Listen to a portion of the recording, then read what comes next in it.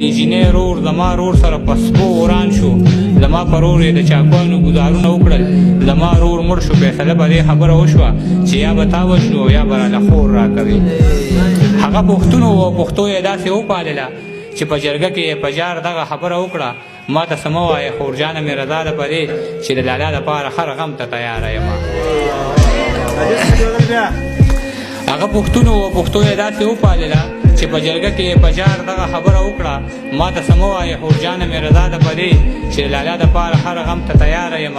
ما به ترې 2 نوړی یا 3 نوړی خوړلې وي چې ګوتې مې پاکې کړې او خپې مې کټ نه کوزې کړلې.